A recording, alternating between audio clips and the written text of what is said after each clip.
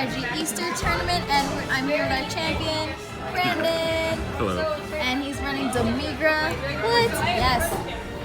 So he's gonna show us that Demigra slice right now. Let's get to it. All right, so Demigra. I don't think you're on chop one there. I wanted to make this deck work. It took it takes some time. I'll explain what the leader does. He's one of the better overrealm leaders in my opinion. When he attacks a leader, he mills 3 and draws a card, but they need to be all black to get the draw. And then on Awaken, he untaps 2 energy.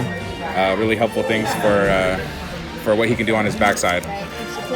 Keeps your plays going. On his backside, he has an ability called Wormhole, and Wormhole basically allows you to overwhelm or dark overwhelm, one or the other. You can do it twice per turn. Or a combination. And then attack, draw a card, and activate main once per turn. You can refill your drop for free. You don't have to take it out of your deck. You can take it out of your warp, and you put 3 back in your warp. Oh yeah.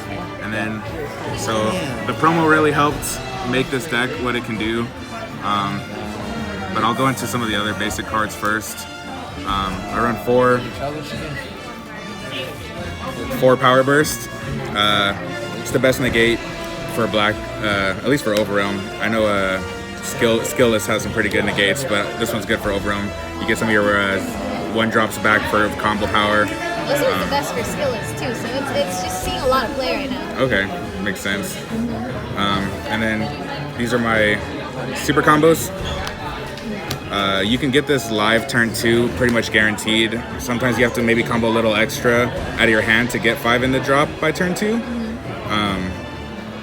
But sometimes it's needed against some of the more aggro decks like Shenron Storm and Brawly. You want your super combos live, so sacrificing a card out of hand to get that 5 in warp for this is definitely worth it.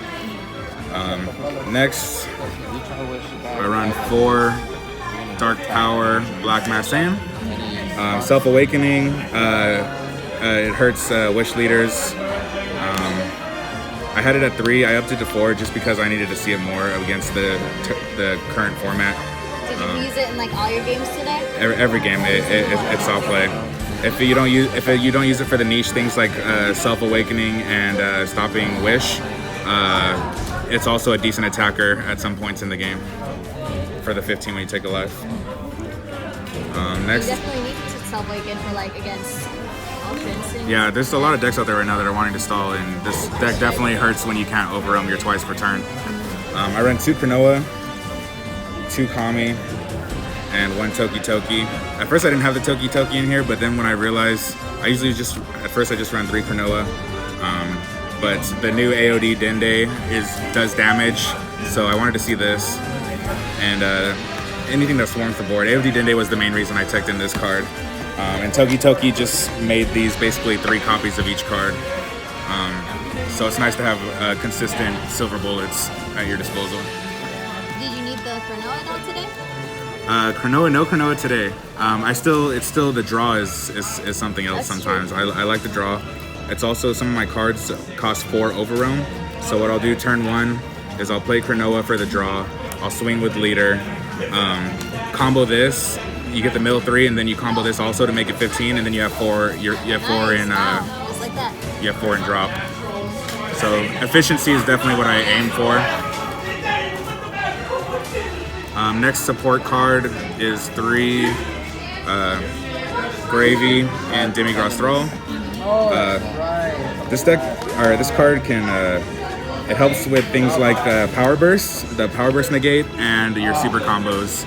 Managing between the 2, because sometimes early game you have 5 in your warp, so your super combos are active, but you don't have 5 in your drop area, so your negates, your power bursts aren't active from the sparking.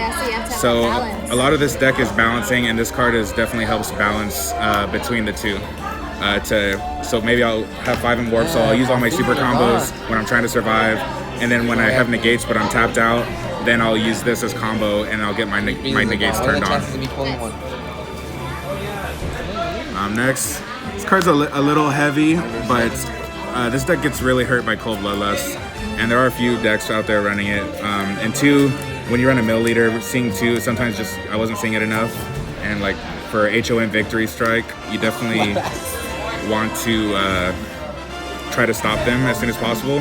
I'll go into the next card that helps me stop that, kind of. So that's for Cold Blast and Preemptive Strike, basically. Or Crusher Ball works against that. Crusher Ball. The next card I run, support, is Bardock. 3 of them. It's Overwhelm 1 for 4. Overwhelm 4 for 1 energy. And this is when they want to stall me and play the Path to Greatness Goku. This is a 30k to their 19. So and it can attack active. and it can act. Yeah, sorry, that's the other auto. It gets 10k and can attack auto, or it can attack active. So this can be for a number of cards.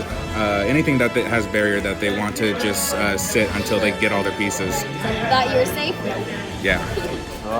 That's definitely stalled a lot of people on their turns. I feel like people aren't really expecting that. Yeah. Some people don't even know this card exists, I feel. So for the poutine, there's a few poutine support, but this is the only one I run. I think it's too bulky otherwise. I run 2 Frigid Blast poutine. She's a Dark Overwhelm 3, so she stays on the field. So early game, turn 2, she's a beater that just doesn't go away. But she gets you your main promo, Encroaching Darkest Demigra, which is a big piece.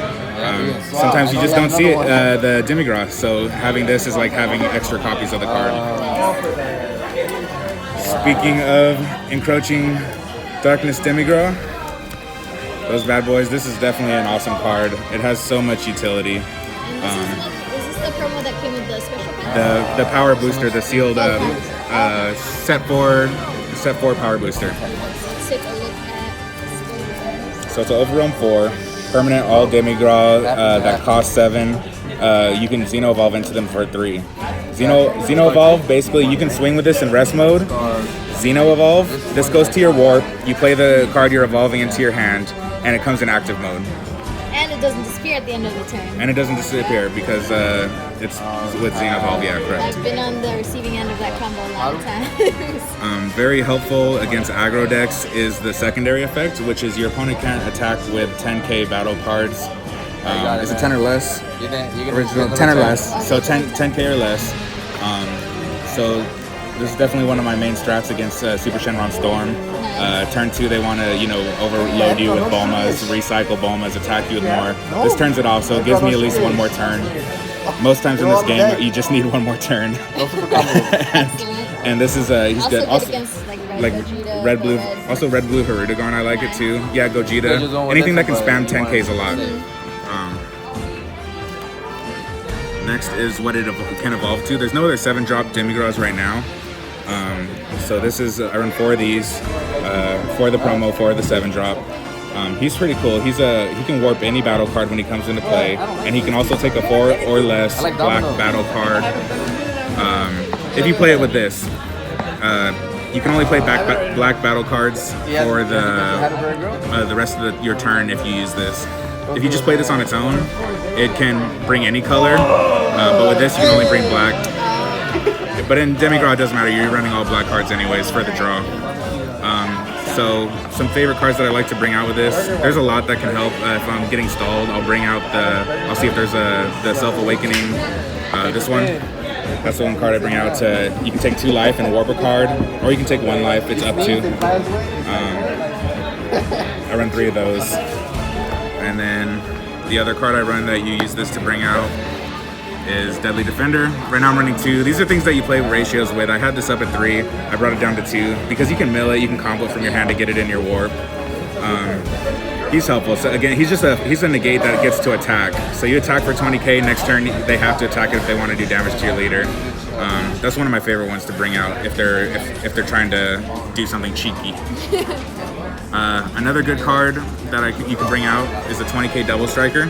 You don't get his auto where you get to grab one from your warp, but he keeps the Double Strike. I like this card. I run it at 3.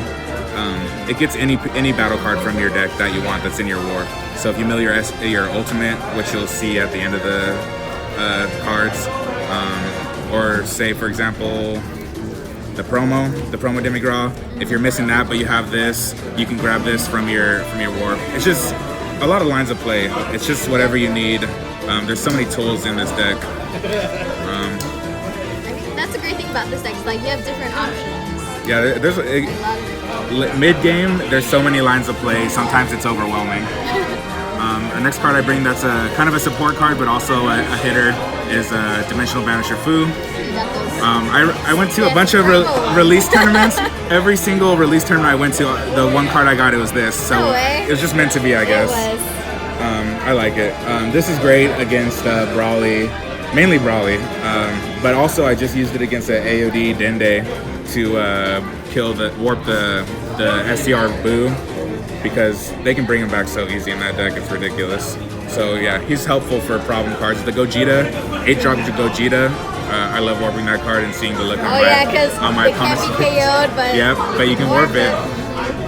I'll put these away now. And then 2 Foos. This is great. It gets around Preemptive Strike because it's above 20k, 20,000 power. So you can play this, draw 2, and they can't Preemptive Strike it. Also above 4 energy. Oh, it's 4 energy? Oh, okay. I think 20 or... Yeah, probably. So draw 2 is always good, 25 double strike. It's helpful to keep up with like something like Vanilla Coup where they have a huge hand. This helps at least keep you somewhat to their 16. You have 8 cards to their 16. And so yeah, that's just a great card. This card's never lost value since it came out in whatever it was, set 3. Yeah, I feel like that's still the most important. And then the one card, the expensive card, but I've brought this probably out of the 15-20 games I've played with this deck. I've brought it out like 30-40% of the time. He sees a lot of play. That's one of the reasons I wanted to see him the most. So that's why I run the Deadly Defender, the one that they have to attack it and they can't attack your leader. Just because I want to get to 5 energy. It's so hard to get to 5 energy in this deck, but it does happen. There's besides the Storm decks and stuff. So it's an expensive card, but it's worth it in this deck. It really helps give it what it needs, and it's never dead because the 4-drop power over Seeing Time Trunks can get it back from your warp if you mill it. So yeah, so that's it. First place. Congratulations. Represent. Overwhelm's not dead. Demigra's not dead. Matt, let's make those. I gotta shuffle for my next game. Alright guys, so Thank you you. want to do the sign out? Like we always say? Stay super.